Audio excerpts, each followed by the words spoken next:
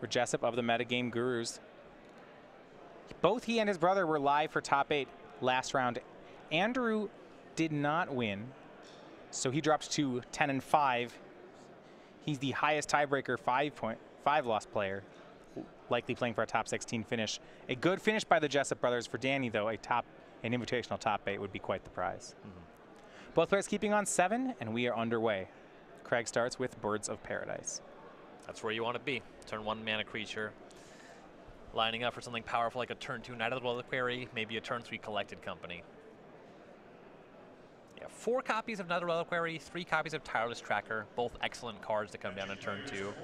4 copies of Reflector Mage, not messing around there, and that card is actually very good against Death Shadow. Not just because of the tempo positive nature of it, but if you catch Gurmag Angler or Tassiger with a Reflector Mage, that is very bad for Dan. Yeah, it's very difficult for him to recast. We do see, for Jessup, a cycle of Street Wraith and then a Fatal Push. Takes care of Birds of Paradise. Knocking himself down to 15. Making his way was a Fetch, a Shock, and a Street Wraith. And we see from Craig, a game 1 Bazooka Bog knocks Dan's graveyard out. That is surprisingly powerful. Yeah, certainly if you're looking for a fast tasker, that's offline. Danny will go back to Inquisition of Kozilek then.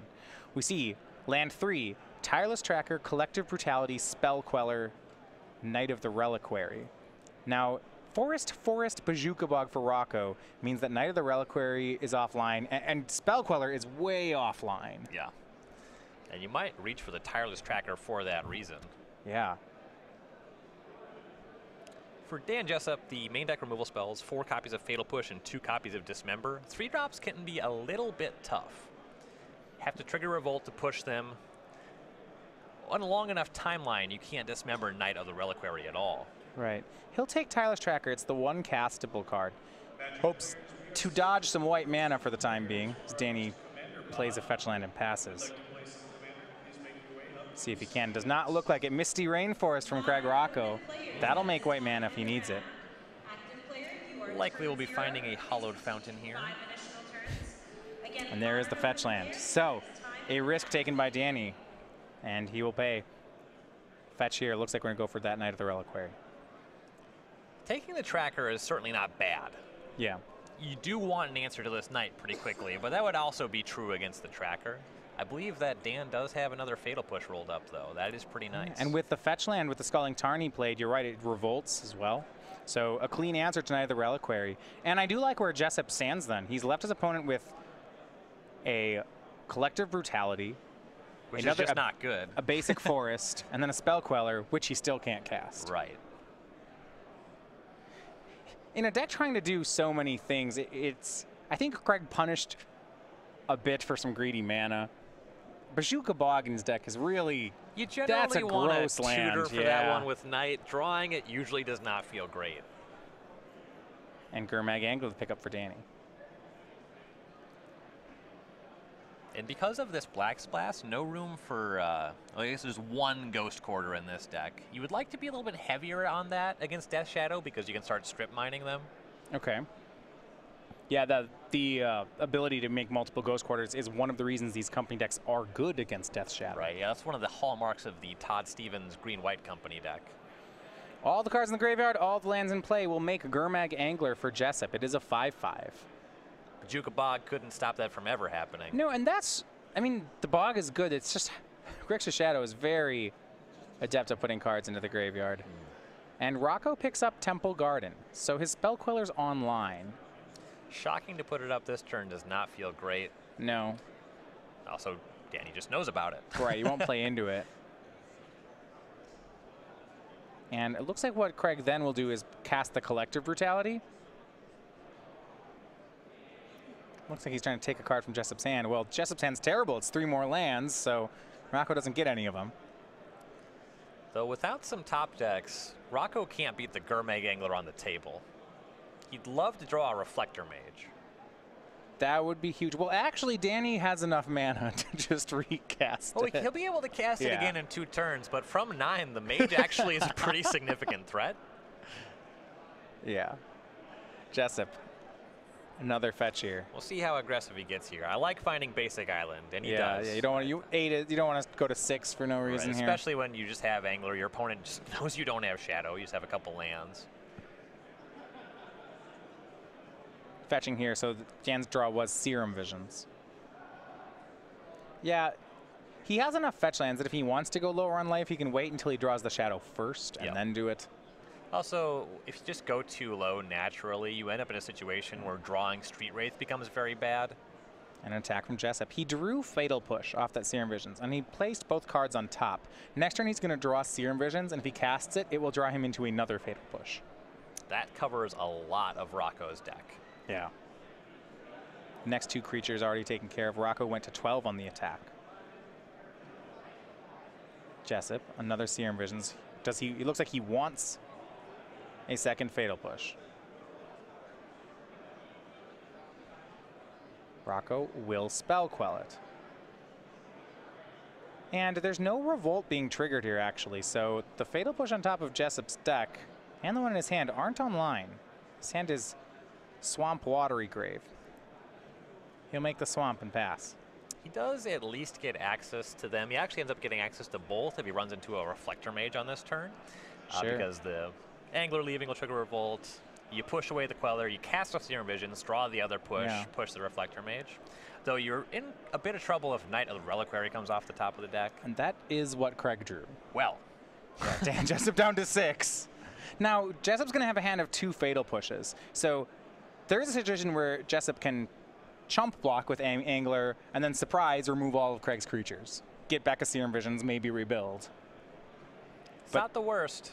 Yeah, but he needs that to trigger Revolt. He can't do it on his own. The thing is, regardless of the size of the Knight, it's at least a 4/4. He can't attack because his attack is not lethal, and he's dead on the crackback. Yeah, 4/4 and 2/2. And so the issue is if Craig just keeps chipping in the air and leaving the Knight back to block, Danny can't trigger Revolt, and he can't stabilize. On the following turn, if there's no attack here, what Craig can also do, Knight up a Gavany Township, pump up the Spell Queller, that's a 2-turn clock. Sure. A swing from Gurmag Angler from Jessup. And this is a bit of a bluff, right? What if Craig doesn't block and then Jessup just says, surprise, Colgan's command?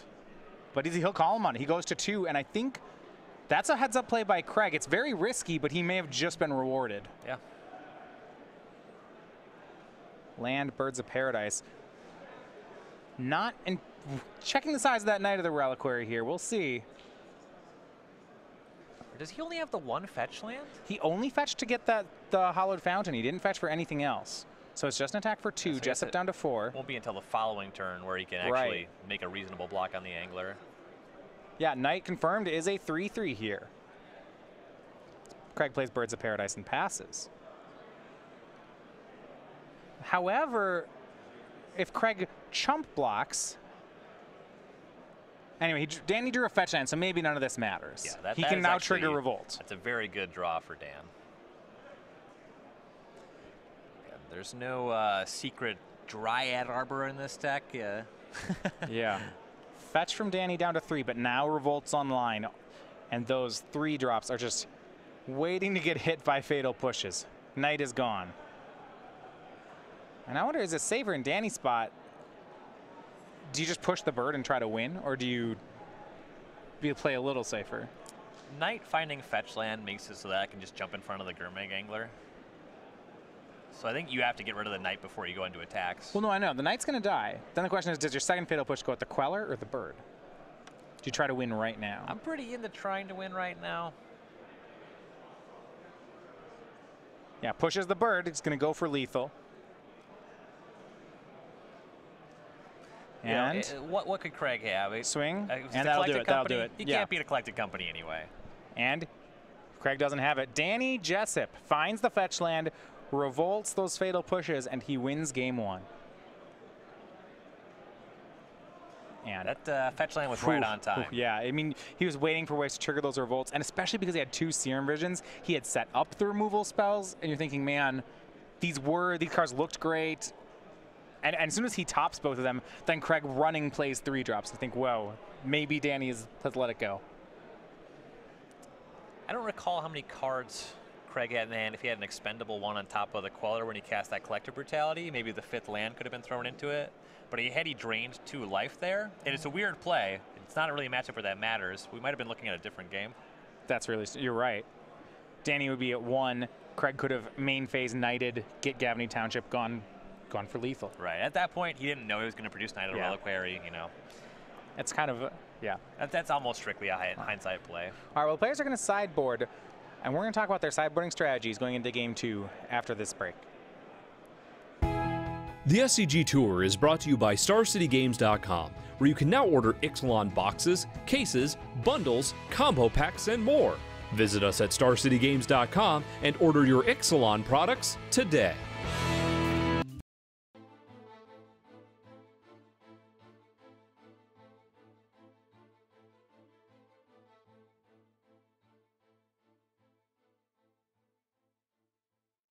As they look through their sideboards for the second game.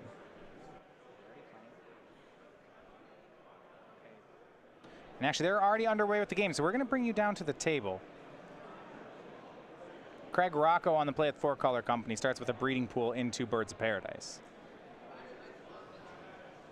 Once again, the optimal start. See if he has a little bit better of a follow-up here.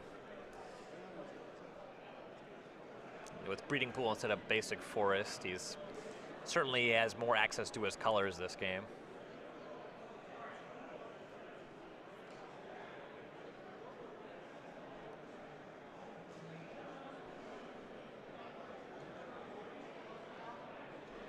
And Jessup's going to go ahead and fetch Shock, cycle a Street Wraith down to 15. We'll see how much farther he wants to go. Looks like Fatal Push again for the Birds of Paradise. Second game in a row, he's keeping Craig honest on mana.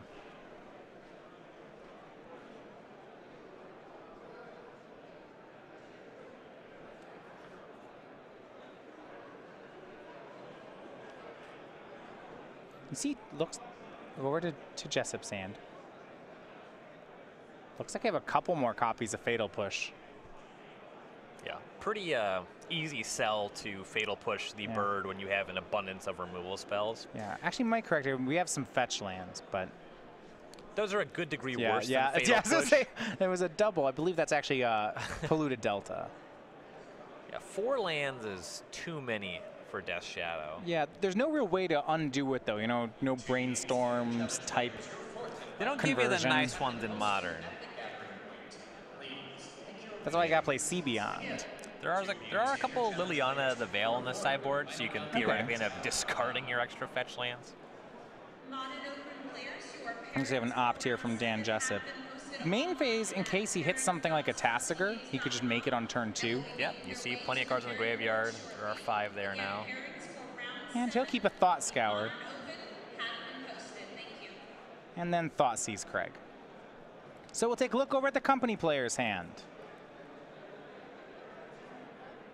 We have Knight of the Reliquary, Path to Exile, Spell Queller, Plains. I got one more hiding under that Knight of the Reliquary.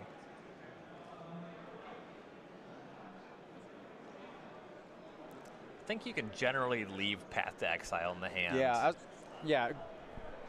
And that is a Ghost Quarter under the Knight. One argument for it is it looks like Dan only has 1 threat in his hand. It's a Gourmet Gangler. He couldn't cast that one this turn. Tacit dealt 1 more than Tasigur does. Yeah, I mean, I guess the opt is if the opt had hit a Street Wraith. I mean, Dan had some low percentage plays to make a turn 2 threat, and that would have been 1. And he's going to let Craig keep the Knight of the Reliquary, but take out the Spell Queller here. See Craig saving a little time, cracking his fetch in the middle of the resolution here.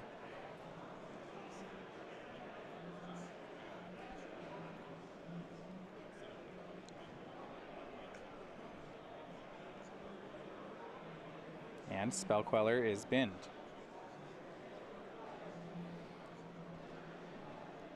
Can be pretty certain that Craig's turn 3 is going to be Knight of the Reliquary pass.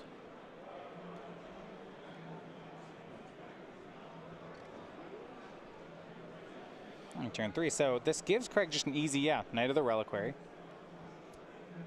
And he'll make it.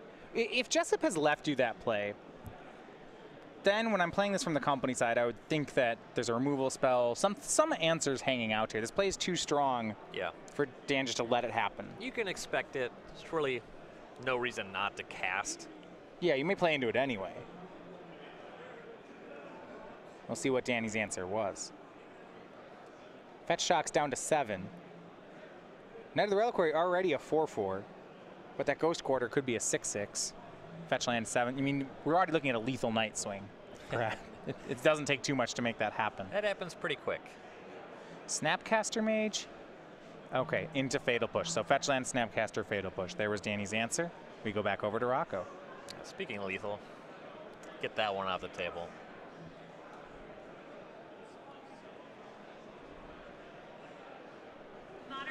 There is the 1 Ghost Quarter for Rocco. Decent in this matchup, though, for Dan. He does have a couple of basics. If Craig wants to get aggressive with it, take care of that Blood Crypt right away. Dan can't find a mountain because he doesn't play a mountain, so you can find island or swamp there. He would no longer be representing Collected Company for the turn, so if he doesn't have it, it doesn't matter if you represent it. But he does have it, and he's going to cast it. Doesn't want to get stubborn denialed, so it makes some sense to main phase it here. Looking at the top 6. All right, so that Collected Company gets Knight of the Reliquary Scavenging Ooze. That's a huge find for Craig. Yeah, those are some nice returns. Already a few creatures in the graveyard for that Scavenging Ooze. A few lands for the Knight as well. Suddenly that Snapcaster Mage is not going to be able to make an attack.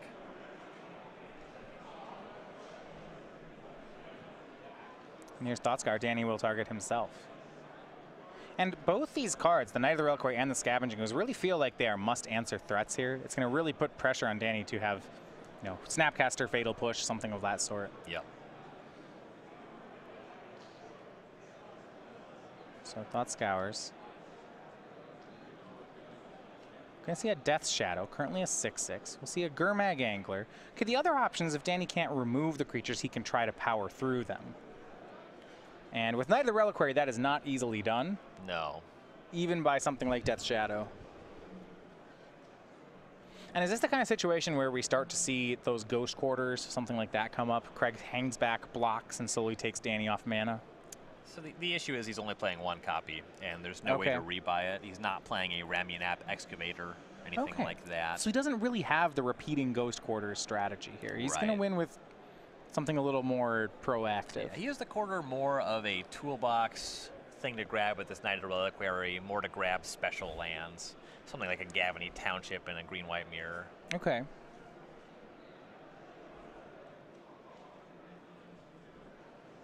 There's still that Path to Exile left over. Looks like that will be fired off by Craig. Hits the Death Shadow. And previously, Danny did mill his swamp with a Thought Scour. So with this island here, that's going to be the last basic. It does have the fetch land up though, so you can go and find another red source. So we can't be Ghost Quartered off of red. So the Ghost Quarter not figuring to do very much. And not right now. It's a bit of a standoff here. Jessup at 7, Rocco at 16. Snapcaster Mage and a land are the leftover cards in Jessup's hand. Looking at his graveyard, though, the only instant right now is a copy of Opt. Snapcaster Mage is pretty bad against Scavenging Ooze. Yeah. Rocco with 1 green up. Dan would really love to draw Fatal Push. Fatal Push the Ooze, crack that fetch, Snapcast push the Knight. Suddenly he's in a very good great. spot. Yeah, that's big ask. Great. It's a big ask. Tasigur. That one's less good. Less good. Not horrible. I mean, it's a 4/5. Danny still has a graveyard. Yeah. And with how Tasigur reads, there's no... even on an empty graveyard, Tasigur can do something. When he mills 2 and your opponent chooses a card to give back to you, now there's no window in there for Scavenging Ooze to be used, so you can flip a Fatal Push and get it. And because that Ooze, I don't know if there's any reason for Danny to keep any of his graveyard around, and he'll delve the whole thing away to Tasigur, the Golden Fang. And in particular, he's not really into getting the Snapcaster Mage back with an activation. Doesn't really care about getting the Opt back. Yeah. May as well exile them. Yeah, I mean, until he draws the Fatal Push, none of that matters. I mean, the Scavenging Ooze has him. Yep. Now, until he finds it, Dan's just kind of treading water. Before long, that knight just becomes a really big problem, especially with the noble hierarch to assist in attacking. And now the knight goes to work, sacrifices a plains. I mean, eventually, I imagine we're going to see the Gavany Township be searched up. Yep, Township's fine for now. I like this, just getting fetch lands. Make the knight grab bigger. Another land. Yeah, so it gets Misty Rainforest, sacrifice Misty Rainforest, gets basic forest. +2 for the knight, thin out the deck. And now the knight is out of range of the other cards. Yeah. If you get into a position where the knight just trades with the entire team, if you get it up to a 10-10, then you just attack. You don't even care anymore. The first swing will only eat the Snapcaster Mage, so you just have to figure a way to not die on the crackback, which shouldn't be hard. He has plenty of life and a Scavenging Ooze.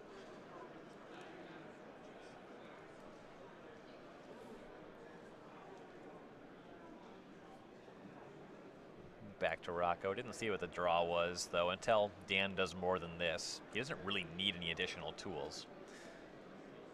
It was a fetch land. It's not a great draw.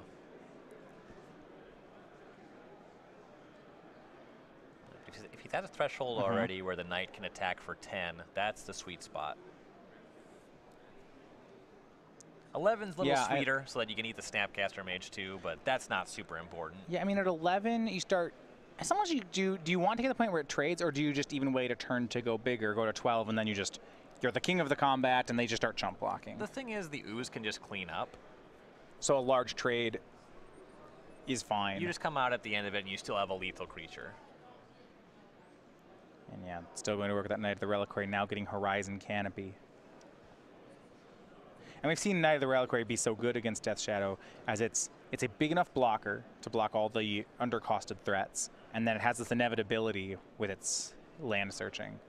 Even if it's not Ghost Quarters, you know, it's this, and that's good too. You see, he floated a mana prior to that, so use that mana to sacrifice the Canopy.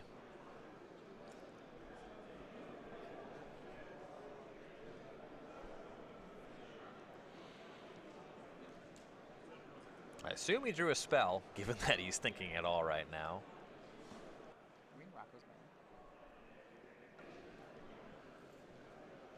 And he's just going to pass it back. Okay. Well, that leaves the knight tapped. Yeah, he wanted to see if he can get a little bit more action. If he converted that Canopy into a second knight, suddenly the game's pretty easy. Jessup down to 6 on the fetch here. I guess Rocco's at a pretty healthy 17. He can even take a hit without... Yeah, if Danny starts attacking, Craig's counter swing is really big. Yeah.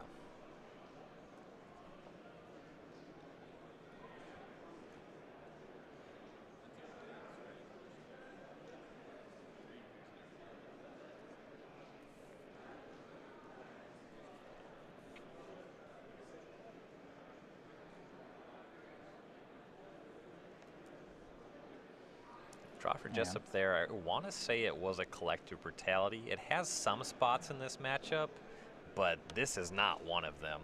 Creatures on the battlefield outsize it. You can't hit anything in hand that matters. If there's a Collected Company there, Rocco's just going to cast it in response. That was 2 modes.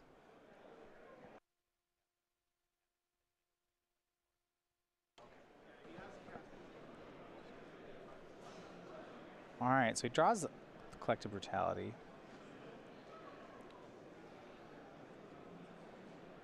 In Danny's spot, you want to make a move. Things aren't going to get much better here, if at all possible. But he is, looks like he's got a Polluted Delta, Collective Brutality. He's going to attack with Gurmag Angler. And just that. Third card in Danny's hand, another Tassiger. Rocco will go down to 12. Pretty free to just take 5 there. Yeah, he has life points to work with. No reason to put the Scavenging Ooze in jeopardy, and really no huge reason to get rid of the Hierarch. That can make a chump block on a more significant turn down the road. Ooze keeps going to work, now up to a 5/5. It eats a Knight of the Reliquary out of the graveyard. One more creature in the graveyard, and then the ooze is out of range of everything. Craig will have 2 large blockers. Now that the angler is attacked, you could theoretically see Craig attack with the ooze and the knight on this turn. I suppose that the ooze is no way to be lethal just yet, so that wouldn't make a ton of sense.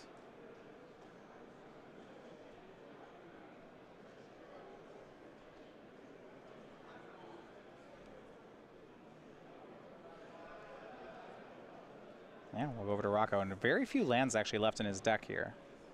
Depending on what he drew, so if you attack with both, the Snapcaster Mage jumps in front of the knight. Even if you just connect, Dan doesn't have lethal on the crackback, so you still might see that ooze attack, even though it's not lethal. Yeah. I mean, you can attack with it alone, and then when it exalts, it's lethal. And actually, Craig's going to make that play. Yeah, this is fine. It's a 6/6. Tassiger. It's going to be used by Jessup. Looking for land plus fatal push. Yeah, no, there's actually a risk here, though. If he hits creature plus spell, which he did, Craig can give him the spell, eat the creature, and then the Scavenging Ooze just is large enough to not care. Yeah, then it just... I suppose the ooze, it just exalted to a 6, you can make it a 7. Yeah, so the Snapcaster Tassiger, they can't do anything about that. And that's what he's going to do. So now Snapcaster alone has to go in front of the ooze. That puts 2 creatures in the graveyard for Jessup. We're really moving towards a Craig Rocco win in game 2 here. At 13, a virtual 15. Now he may want to eat those creatures straight away because of the existence of delve cards. And a big draw by Jessup is Fatal Push. This could matter. That's actually a huge draw. He's got Fatal Push. He still, I believe, has a Snapcaster. Question is, can he revolt without chump blocking? He might be able to revolt. But if he gets the ooze with the front half. Still has that polluted delta, yeah, so he should be able to push, snap, push. That's a big turnaround. An interesting card to consider is Sajiri Step, whether or not the knight can grab it. It's not in Rocco's deck, but you've already seen Bajuka Bog, and people that knight into Bog are very much in the range of people that knight into Sajiri Step. Yeah, back when Mythic Conscription was a thing, this was a very common play when this was a standard legal card. Sometimes you'll still see a Sajiri Step. Well, and he'll still get to find out now. Here's Fatal Push on Scavenging Ooze. There's no step, but there is a Spell Queller. Well, that'll do it. And you know, on Danny's side, Ryan, I want to back up for a second. He has a Thoughtseize here. He didn't have the mana to leverage it is the issue. Okay, you can't try to Thoughtseize there. Presumably his fetch land had to fail to find, probably because of the Thought Scour some activation. Oh, okay. If 2 Grave Blood He actually just has all his lands on the battlefield. He can't actually leverage the Thoughtseize. Okay, is the swamp's He gone? bin that with a Thought Scour. Oh, okay, yeah, so that's not a land in his hand? Right. Okay, yeah, then he can't Thoughtseize there, and which means the Spell Queller does get his Fatal Push. Yep. Yeah, the only thing he would have done is waited a turn, but things just get worse for him every turn now that Craig's creatures are in the Abyss mode.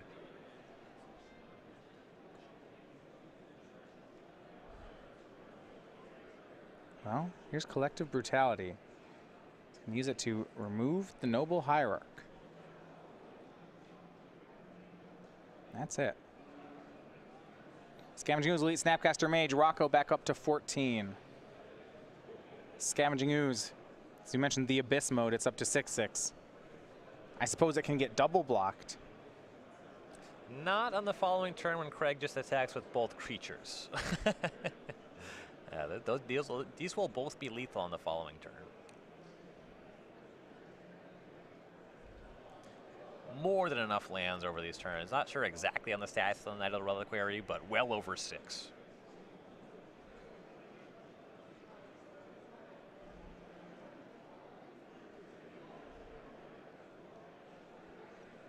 Attention Magic players. We are now opening registration. Knight of the Reliquary are going to go to work some more. These green mana will exile cards in Danny's graveyard. And this might be headed for a 3rd game. Very much looking like it. Right. Feels like Danny has one more turn to find a Fatal Push before everything is out of control. With Craig finding the Township, though, the Spell Queller is actually lethal in 2 turns, assuming that he activates it. So if Craig just Alpha Strikes if there's a double chump and he connects with the Queller, then Fatal Push doesn't even do it. Well, you're right. yeah, well, hold on. You Fatal Push the Queller, you need to trigger a Revolt. You have to get all 3 guys. You can't trigger a Revolt is the problem. That's the choking point. Yeah. Well, you have to get all 3 creatures, and 2 pushes won't do it. Yeah, well, push the Queller, you get that push back. Okay. Resolve that, Snapcaster push. That is 3. The problem is none of them can kill a 3-mana creature. Sure. And here's the double chump block. Yeah, you'd have to draw Fatal Push and a fetch land in the same turn. Right. Yeah, Thoughtseize in his hand is not going to do it.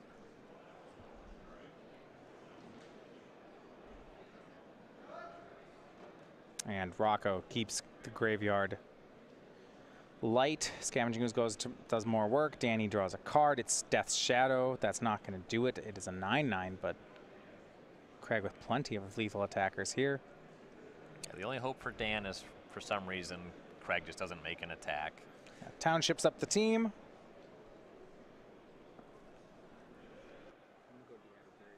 And with this end step activation, you'll go to the Township on this turn. Now the Queller's lethal. Both the creatures on the ground still very lethal. And we see Knight of the Reliquary do some work here against Death's Shadow. The ability to block for turns as it slowly ground out advantage, and Craig Rocco is going to take the first sideboarded game.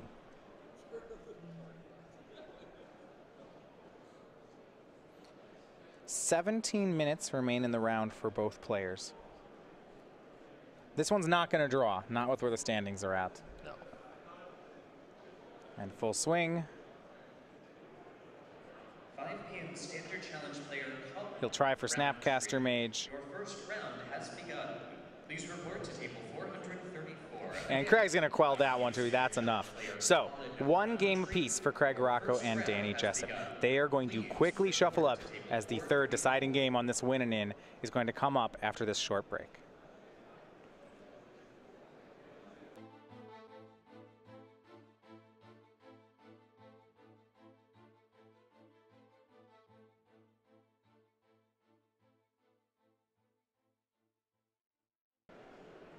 All right, game number 3, Danny Jessup versus Craig Rocco.